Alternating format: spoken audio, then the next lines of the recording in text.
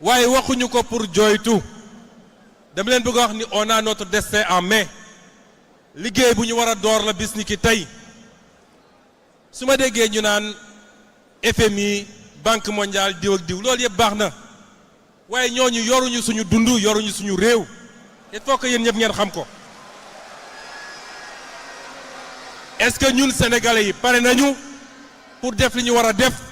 pour am suñu souveraineté est-ce que pare nañ ko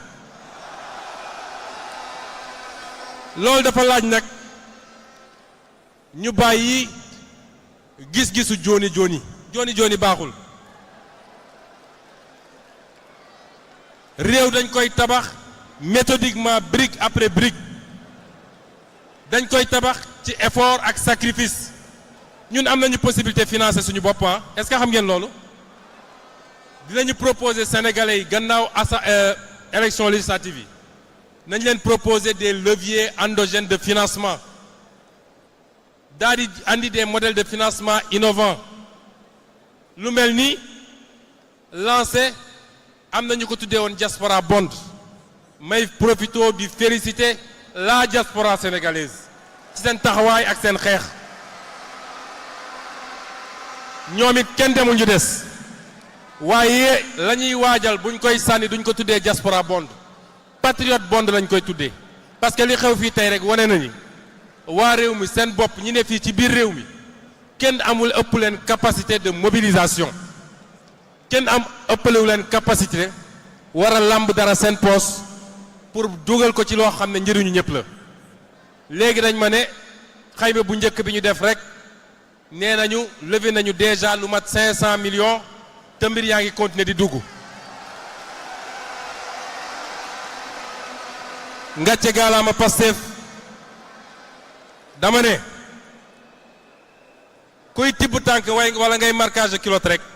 defal ñu gis loolu mooy nit bu dee danga koo fan ba tax nga ne lu mu def ma def ko bu wootee arena Dakar arena xanaa kay suñ tegee ñetti fan nga woote Dakar arena bu levee 500 millions xanaa kay nga góorgóorlu ne man sax levé naa 50 000 francs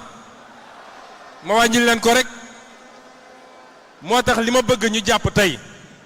mooy nous avons notre destin en main nañu gëm suñu bopp dinañu def les réformes qu'il faut après élection législative bi dinañu def les réformes fiscales qu'il faut parce que am réew xam ngeen lu ko yor réew l'impôt moo yor réew dama bëgg Sénégal yëpp xam ko la ngay dem lebi ji ci biti l'impôt la rek boo xam ne da nga koo décaler parce que l'impôt bi ngay fayeeku ëllëg moom mooy dem fay ji loolu kon nañ def les réformes fiscales qu'il faut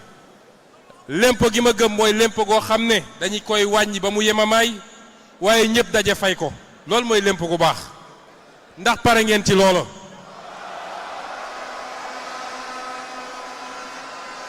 kon nañu gëm ni ñun nous avons notre destin en main yeneen réew yi li ñu def ak fi ñu jaar ba yegg fi ñu yegg buñ ko defee raw leen bokk na suñu koom-koom yi nga xam ne yàlla may nañu ko muy pétrole muy gaz muy zircon muy jën gi nekk ci géej gi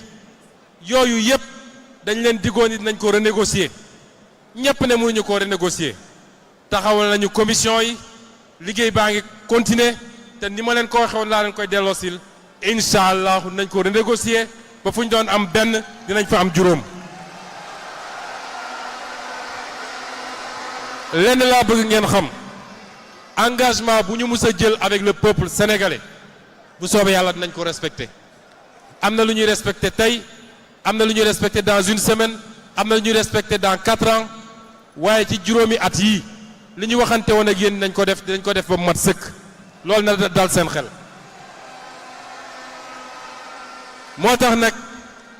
ñetteel poñ bi ma bëgg a wax mooy li ñuy dëgmal parce que ñun dama yàgg wax ni gis nga ku yàlla dénk nguur sa adversaire du opposition bi sa adversaire du opposition bi bul sonal sa bopp ci opposition bi réew mi boo liggéey li nga war a liggéey teg ko ci jub ak jubal ak jubbanti boo ne woon damay bàyyi sax askan moo la naan duñ la bàyyi nga dem toog kon ñiy opposé nañ leen bàyyi ñu wax parce que loolu moo leen dese waaye sénégalais yeewu nañ de ku yaakaar ni wax suba ak ngoon mooy tax nga wëlbati sénégalais yi te ñaari ba ñetti cible la ñu am cible bu njëkk bi mooy jeunesse bi yéen jeunesse bi politiciens yi gëm nañ ni mën nañ fexe ba wëlbati leen féewale leen ak Pastef ak président Ousmane Sonko ak président Diomaye ci bëgg leen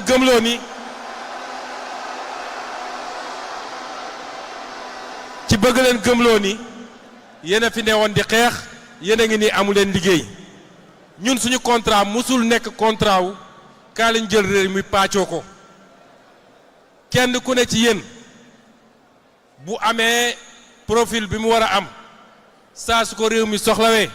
dinañ ko woo ne ko kaay dénk nañ la lii waaye nañu jàpp leen jëriñ réew mi tekkiwul nekk foog tànk aw ma ñu ne ma nommé nañ ma wala recruté nañ ma waruma mën a jëriñ réew mi loolu bokkul ak esprit Pastef kon la ñu déglanteeg yéen ñoo nga ci suba ak ngoon te résultat yi ala kulli xaal nañu dox quelques semaines quelques mois parce que bi ñu nee Sénégal vision 2050 gis naa ay politiciens yoo xam ne yàlla nattu na leen mënuñu wax ba sénégalais yi déglu leen loolu nag du suñu faute ñun la ñu bëgg a gëmloo sénégalais yi mooy Diomaye de nee na ngeen muñ ba 2050 ngeen di doog a gis dara musuñoo wax loolu kër boo ko bëggee tabax da ngay defar plan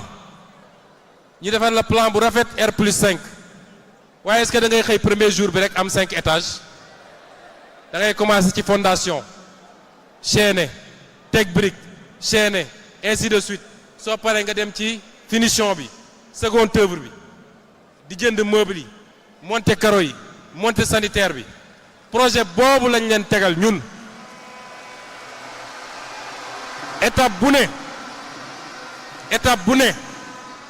étape bu ñu toll di ngeen gisal seen bopp meññ bi ñu ne lii moo meññ ren nañ ko séddale bu yemamaay séddale bu maandu kenn ku ne jël ci sa wàll ñu continuer liggéey bi ba am liy meññ année prochaine loolu la ñu waxanteeg yéen moo tax gëm naa ne dañuy sonal seen bopp rek waaye mënuñu wëlbati jeunes yi ñeneen yi ñuy ciblé mooy liggéeykat yenn liggéeykat yi jakartamaan yi marchand ambulant yi nga xam ni bu ñu nekkee ci situation bi ñu nekk échec yi ñu échec ñoom ay ati at moo tax lii am ñu ne nag ñu ngi leen di tegal loo xam ne dinañ teggi ndànk-ndànk ba la ñu bëgg ci Sénégal parce que jeunesse bi moom la ñuy wooyee dividende démographique lii du nattu ci ñun c'est un atu boobu nag la ñu bëgg a utiliser de manière efficiente muy atu buy tabax réew mi ñun loolu lañu mooy suñu gis-gis ci jeunes yi waaye jàpp nañu jeunes yi lu ñuy utiliser la soo paree nga sànni ko moo tax élection bi ñu jëm élection bu am solo la nañu jàpp ni c'est l'élection la plus importante pour stabiliser le pouvoir qu'on a confié au président Diomaye mën koo jox les outils pour mu def liggéey bi mu war a def moo tax élection bu am solo la lañ ca fas yéene def nag looloo waral meeting bii ñu daje tey dégg naa sax ñu bëgg a intoxiqué nee nañu am na lu xew Bakel waaye ñun ñu naan ñi nga def meeting pour dajale dama ne confusion de genre baaxul de Bakel lañ fa war a def nañ ko ba mu mat sëkk nit deewu fa ndax dégg naa ñu ne démb am na xale bu dee xale boobu Kidira la ko dalee Kidira amul inondation ci jamono jii may wax ak yéen ñi ngi xool ndax du origine criminelle Bakel nit xiifu fa ndax gouvernement bi yóbbu na fa ceeb bu doy sëkk ak diwlin ak suukar ak lépp Bakel nit fanaanu fa ci mbedd mi parce que yóbbu nañ fa ay tente armée monté na fa un hôpital kenn ku ne soo soxlee faju ñu ngi lay faj ba pare gouvernement bi dégagé na une enveloppe de 8 milliards pour mën a taxaw ñi fa nekk kon loolu amul benn rapport ak li ñuy def fii tey li ñuy def fii tey c'est un exercice de transparence politique mooy guléet parti nekk ci nguur ne duma jël dërëm gu jóge ci nguur gi waaye ñun ñooy dajale li ñu am dem defi suñu campagne du ñu yóbbu oto nguur du ñu yóbbu xaalisu nguur loolu moo ñu dajale fii loolu amul rapport ak Bakel ñun sous notre magistère du ñu seetaan benn sénégalais barki démb gis ngeen Amadou Chérif Diouf mii yor finance su parti bi di secrétaire d'État aux Sénégalais de l'extérieur dem na Libye la fa newoon ci ay sénégalais ñu tëj leen foofu ci ay kaso dans des conditions difficiles yeb na leen ci avion delloo si leen fii ci réew mi. gis ngeen président Diomaye dem ba léegi yéen a ko gis diggante Kédougou Bakel ak feneen mu dem taxaw population yi jamono ji may wax ak yéen depuis midi am na avion boo xam ne 310 sénégalais la ñu jëlee Liban ña ngay dellu si fii Sénégal te 20 heures président Diomaye dina dem accueillir leen à l'aéroport musuñoo toog di seetaan sénégalais loolu amut kon ñi bëgg a politiquer la misère des sénégalais ñi nga xam ne amuñu benn dayoo politique mënuñu dajale ñetti nit dem nañu élection gis nañu résultat ba ngir yàlla nañu bàyyi di politiquer la misère des sénégalais mënuñu fexe ba dugg wëlbati waa Bakel wala waa Kédougou wala waa feneen sénégalais yi dañoo yeewu ku am sa programme politique wax ko sénégalais yi bu leen doyee ñu woteel la waaye yàkkamti woo lu dul catastrophe am ci réew mi barki démb immigration clandestine lañ jëloon immigration clandestine depuis ñaata année la am fii ci Sénégal est-ce que fan yi dégg ngeen gaal yu bëri di dem parce que gouvernement bi jël na matuwaay bu mat sëkk yematuñu ci police ak gendarmerie waaye génn nañu armée nationale ba pare teg un système pour que ku gis ñu war a dem nga mën a woote ne ah am na ñuy waajal dem parce que notre jeunesse on ne va pas la laisser se faire engloutir par les océans duñ ko def fii ngeen di toog ci réew mi ñu ànd liggéey réew mi dootuñu bàyyi kenn mu dem kon ci campagne bi ñu dëgmal lii ñu def tey lu am solo la ci te dinañu continuer collecte yi gëm naa ni balaa dimanche prochain ñu war a dajale campagne bi ñu war a démarrer campagne bi incha allah dinañ ne militant Pastef ak sympathisants yi mobiliser nañu 1 milliard pour la campagne de Pastef man gëm naa ko mu des nag ñu war a dem ci campagne bi ren dinañ ci def ay innovation yu am solo mooy yéen ñëpp gis ngeen barki démb ñu présenter leen li nga xam ne lu am solo la mooy la vision 2050 mooy le master plan décennal mooy le plan d'action quinquennal xam nga yéen présenté nañ leen ko àdduna yëpp dëppoo ni gis-gis bi buñ ko appliqué Sénégal décollé définitivement du gis ngeen ko loolu mooy suñu campagne ñun moo tax ma jël décision ne campagne bi dañ koy def autour des 8 pôles ndax ni ñu tëggaate affaire bi c'est 8 pôles de développement mooy li ngeen di gis ci carte bële 8 pôles yooyu pôle sud pôle nord pôle sud-est pôle nord-est pôle centre pôle ouest 8 pôles yëpp laa bëgg ne pôle bu nekk dinañ fa def ñaari fan yooyu dina am benn fan boo xam ne dañuy wër sillonner pôle bi rek def ay caravane saafonteeg population yi waxanteeg nit ñi deuxième jour bi nag moom la ñuy organiser ci pôle boobu un giga wala un terra meeting boo xam ne dañ fay dajale wax waa pôle boobu lan la ñu fas yéene war def ci pôle boobu ba suñ ci paree pôle boobu dina jóge ci ndóol dem ci naataange loolu mooy campagne bi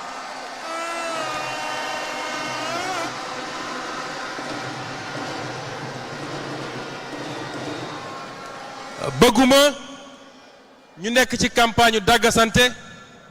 wala campagne xaste ñun ñoo takk càq bi naga ñun programme la ñu am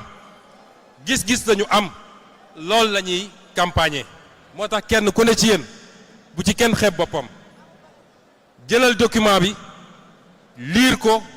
xamal li ci nekk yow ci sa bopp nekkal un acteur de vulgarisation et de communication de la vision 2050 lii mooy doon suñu campagne kon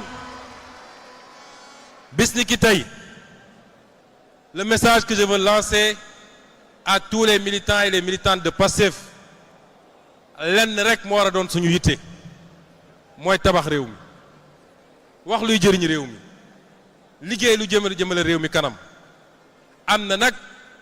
ñu jàpp ni fi Sonko jaar ba egg war nañ faa mun a jaar yegg ñoom it defe naa booy ñoo naan Sonko sonkolu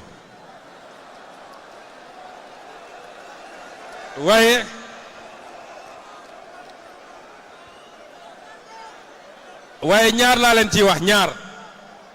bi ci njëkk mooy homme politique da nga war a am identité propre da nga war a xàll sa yoon waroo nekk ci toppandoo ak bëgg a niroo mais da nga war a génne sa gis-gis génne sa méthode ñii dinañ ci ànd ñële duñ ci ànd mais ku la xool wala ku kii mun nañ kii li mooy identité politique am ñaareel bi ma ciy wax mooy ndongo buy topp sëriñam war naa def ndànk de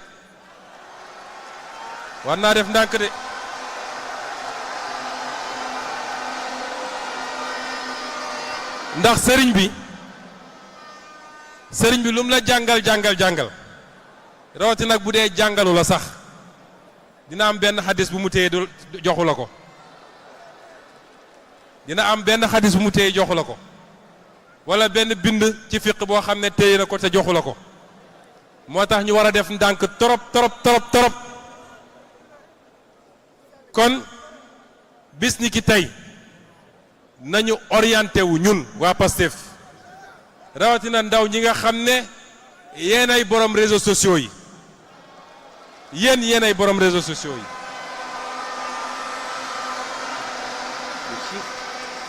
nañu orienté sénégalais yi mën nañoo ràññee. Qui fait que sur l'exercice 2017 nous avons accusé un gap de 161 milliards sur les recettes fiscales. Vous ne le démentirez jamais. Et ce gap-là va vous poursuivre. Et à la fin du premier trimestre 2018, on est déjà à un gap de 40 milliards sur les recettes fiscales. Ensuite, nous avons, et nous l'avons démontré, puisque personnellement j'ai saisi le FMI et je vous en ai fait ampliation, que sur les années passées, vous avez fait un dépassement